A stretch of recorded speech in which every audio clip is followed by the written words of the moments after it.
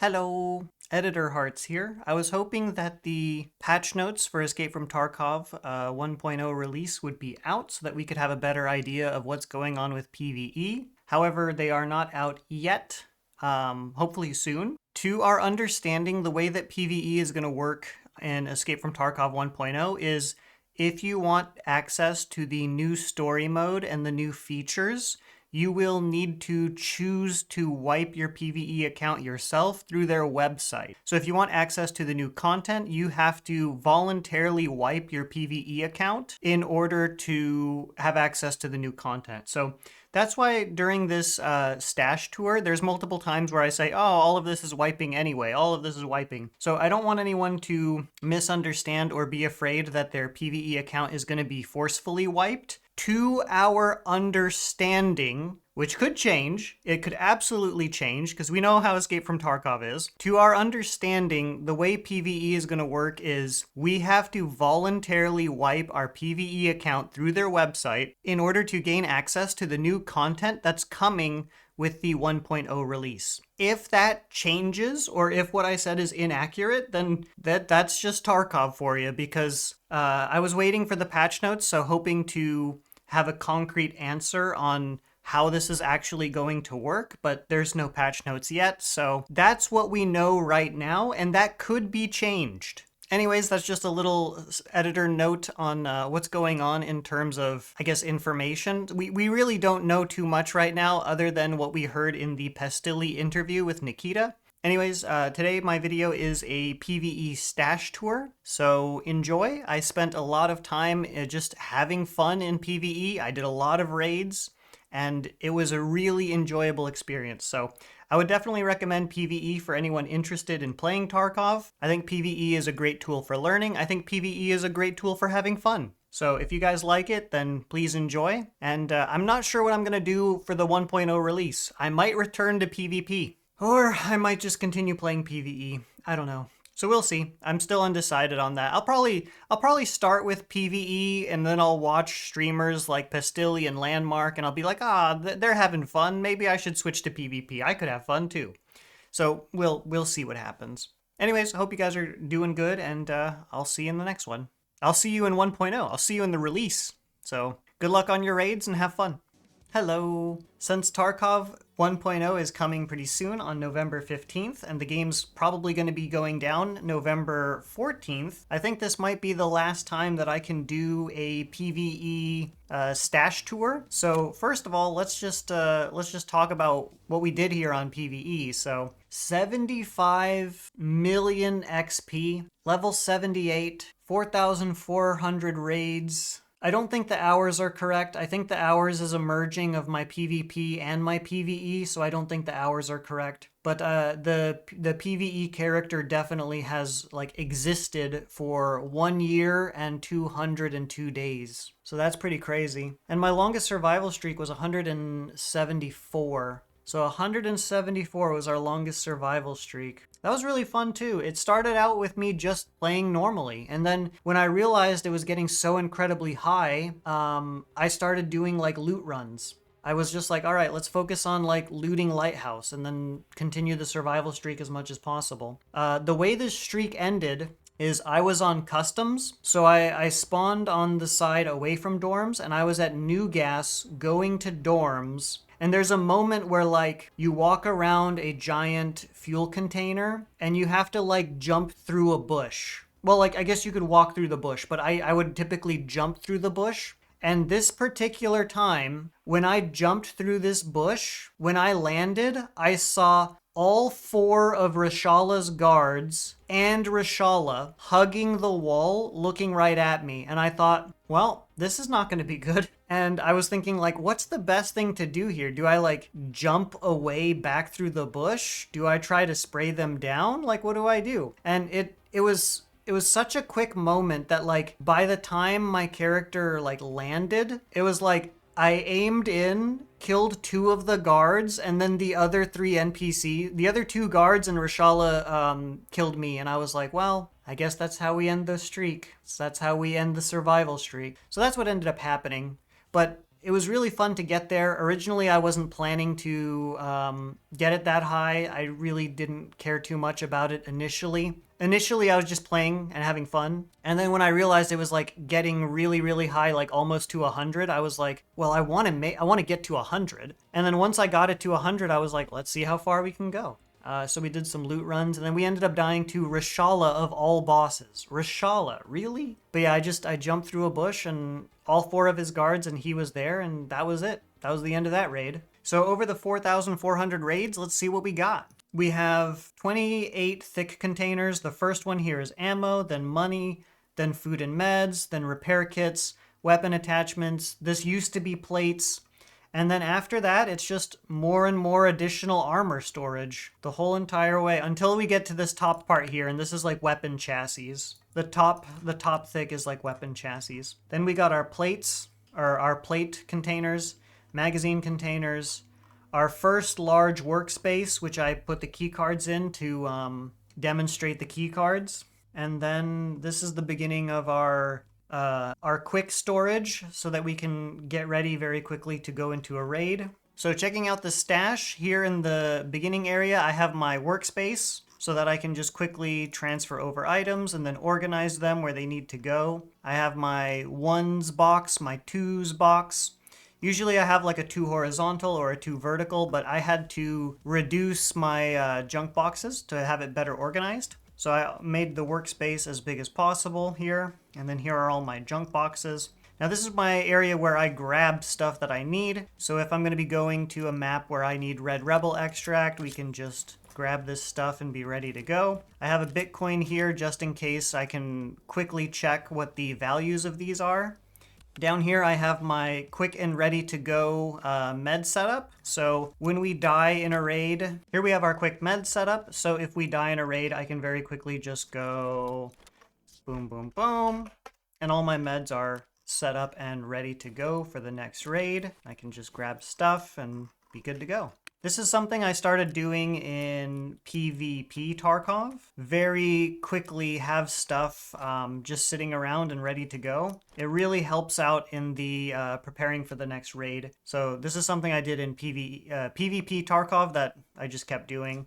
And then this is like replacement stuff, mostly propitals and surgery kits, because those are the main things. Apparently now the surgery kits can just fit up here. Isn't that kind of cool? I wonder if that's gonna stay like that for 1.0. Because before you would always have your surgery kit, you know, in your Kappa container, but having it here, it's like, wow, well, there's plenty more room in the Kappa. So I got my quick grenades here, food, and then quick put away for ammo. This is the quick put away ammo area. And the reason why it's here is because we have a larger ammo storage area later. Magazines, kind of like, this is not the prettiest setup, but it's okay. Now we have our keys. So we have a better looking magazine setup down here. So we much rather prefer this, how it goes from the whole entire length. But over here, these magazines, I guess, help fill out the space for, so that we don't have any gaps in our organization system. So next up, let's look at our keys. So keys are kind of a big deal in Tarkov, and I have screenshots of all of the little keys that I want. So let's go ahead and, I guess, go through them one by one so you can see what kind of keys I value on what maps I go to.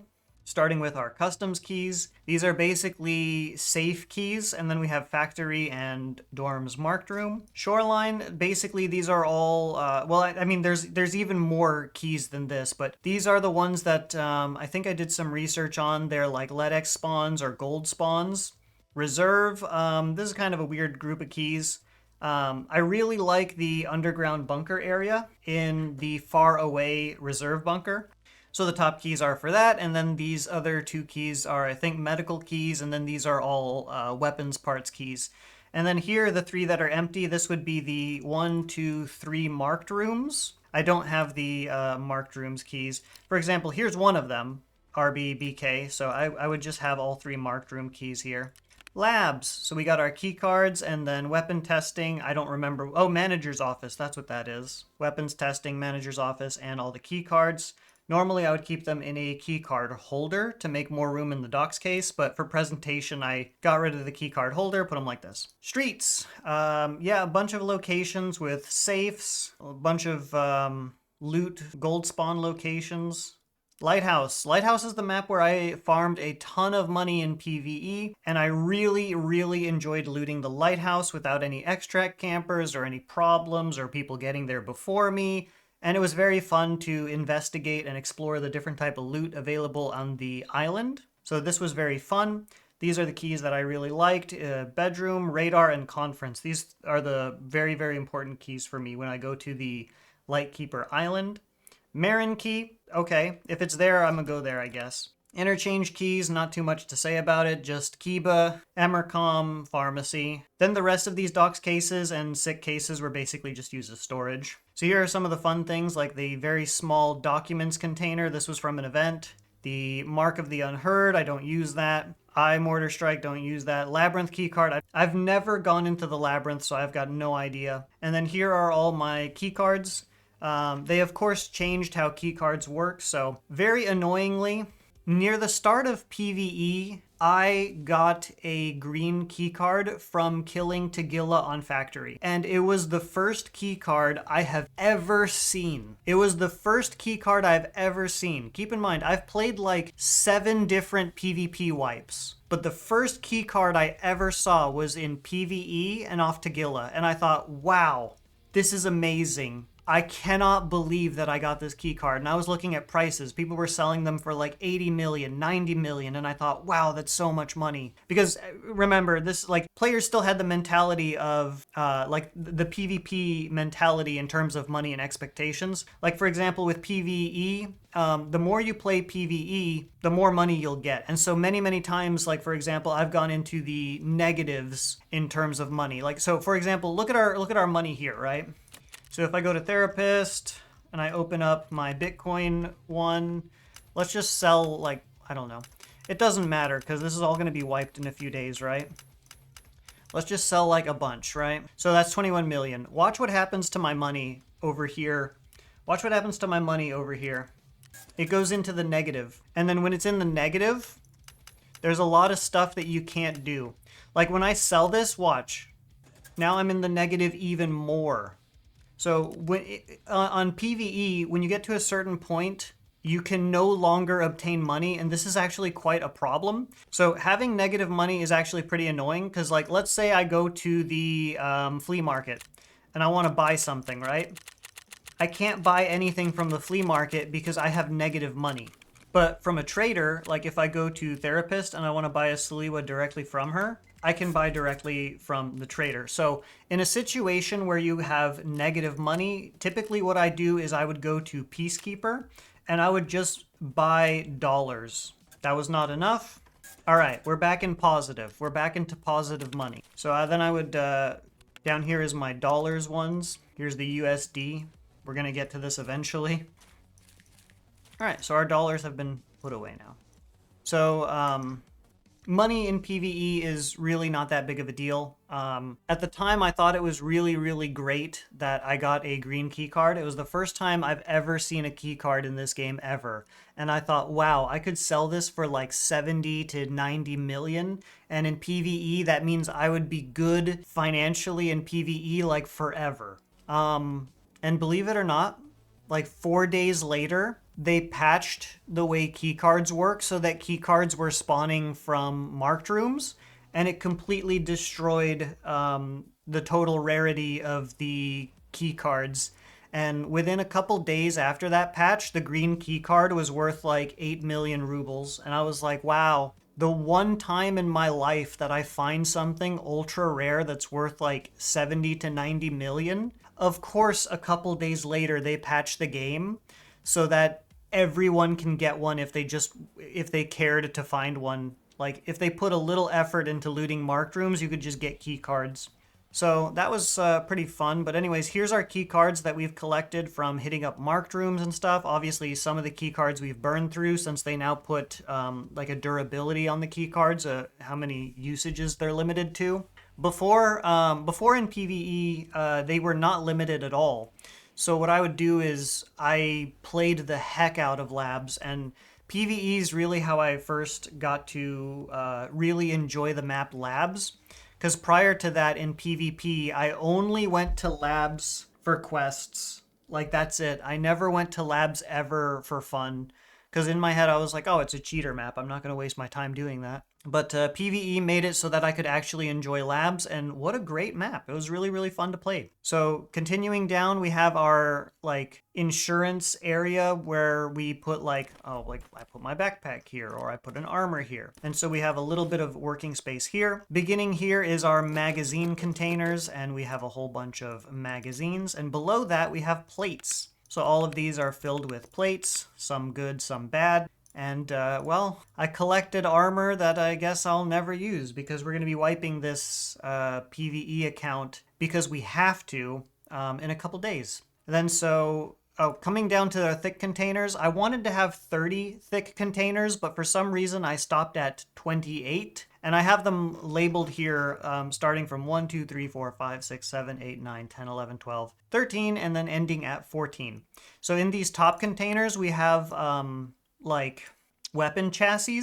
So in a lot of my looting marked rooms for keycards, we would get a whole bunch of fancy weapons, like for example, the Sig Spear. And so what I started doing is I started disassembling them so that when I needed, like when I burned through the durability of my current weapon, I could just grab one of these chassis, move it into my bag, and then move all of the parts from, I could just move all of the parts from the weapon I have to the new chassis, and boom, I have a new gun now ready to go.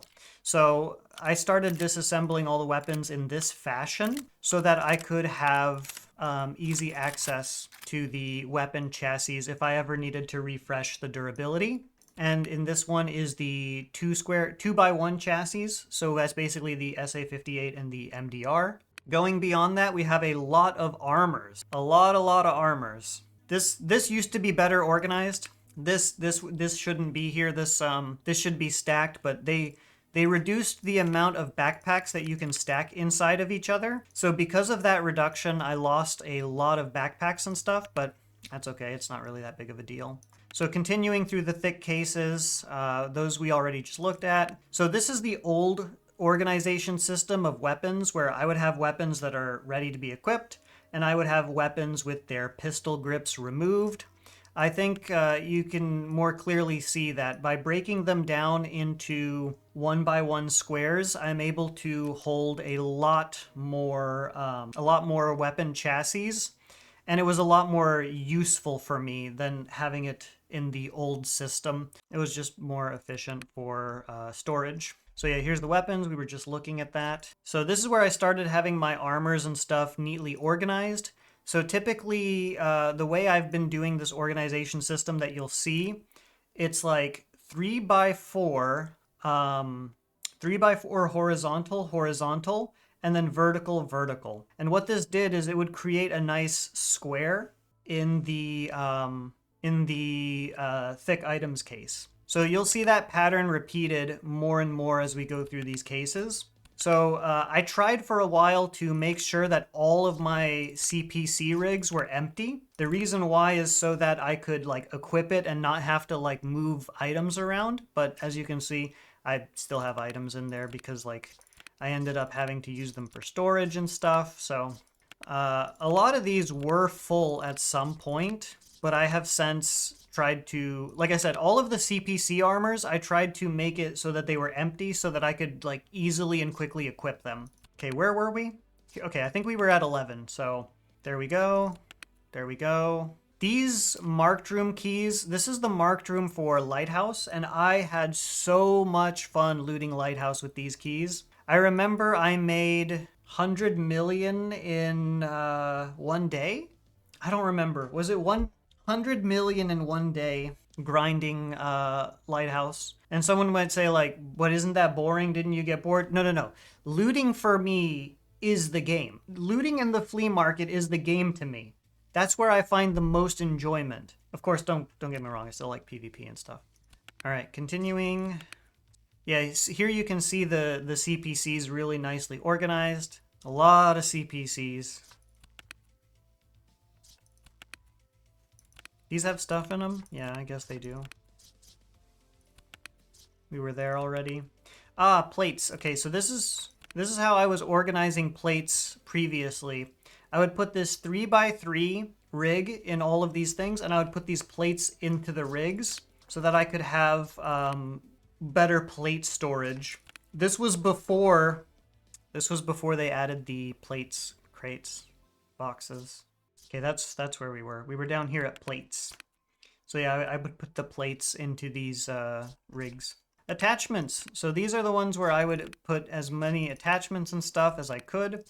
These are extremely good containers because it's 25 slots per rig. So they were very effective for storaging weapon parts.